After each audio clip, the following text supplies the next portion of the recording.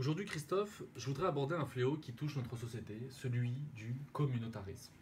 En effet, le communautarisme gangrène notre République. Il est un poison qui met à mal notre cohésion sociale, notre vivre ensemble. Ce communautarisme que je dénonce, il est surtout présent à la périphérie de Paris et des grandes villes comme Lille par exemple. Il est présent dans ces villes limitrophes, celles qui longent le périphérique. C'est là que sa manifestation est la plus visible. C'est dans ces villes que le communautarisme s'exprime de la façon la plus décomplexée et sans se cacher. Et ces villes deviennent ce qu'on est bien obligé d'appeler des territoires perdus pour la République. Vous aurez tous reconnu le communautarisme auquel je fais référence, celui qui n'est jamais évoqué, celui de ceux qu'on appelle très affectueusement les bobos. Bobo qui veut dire bourgeois bohème, un peu comme s'il s'agissait de hippies qui font du camping dans nos banlieues. En réalité, il n'en est rien.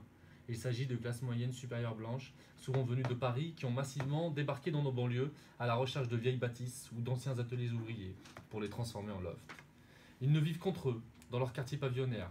Le mélange multiculturel, comme ils disent, ce n'est que dans la rue principale piétonne de la ville, ou sur la place du marché aux terrasses de café. Pour eux, c'est le côté vivant de ces villes, ça grouille, il y a plein de couleurs, ça sent le mafé, le couscous, les épices, c'est les 5 continents réunis dans un seul endroit. Alors que si l'on s'aventure dans les rues où ils vivent, tout est fermé, tout se joue dans les arrière-cours. Parfois, ils organisent même des barbecues, en fermant carrément les rues. Un communautarisme totalement assumé. Ils vont aussi reprendre de vieilles traditions ouvrières, comme les jardins partagés, pour en avoir l'exclusivité, pour s'enfermer entre eux autour de 2 tomates cerises bio. Ils vont avoir leur propre magasin, avec des prix exorbitants, comme le jus de grenade ultra bio violet à 16 € la bouteille. Quant à 500 mètres de là, on peut trouver un quartier populaire où le revenu moyen est de 750 € par mois. Au fond, me direz-vous quel est le problème? Ils sont riches et c'est tant mieux pour eux. Ils ont le droit de s'installer avec leur famille où ils veulent. C'est vrai, tout ça ne pose pas de problème en soi. Sauf que leur installation dans des villes populaires anciennement ouvrières s'accompagne d'une gentrification féroce. Ils créent une pression sur les loyers, une pression fiscale qui pousse les classes populaires toujours plus loin. Ça, me direz-vous, à nouveau, ce n'est pas de leur faute. Mais à cette gentrification se rajoute une guerre sans merci contre les habitants des quartiers populaires. Ce sont eux que l'on va accuser de communautarisme, qu'ils ne se mélangent pas, que leur tenue pose problème, surtout la tenue des femmes, qu'ils sont violents, qu'il y a du trafic de drogue. Bref, tout ce qui sert habituellement à stigmatiser les habitants des quartiers populaires.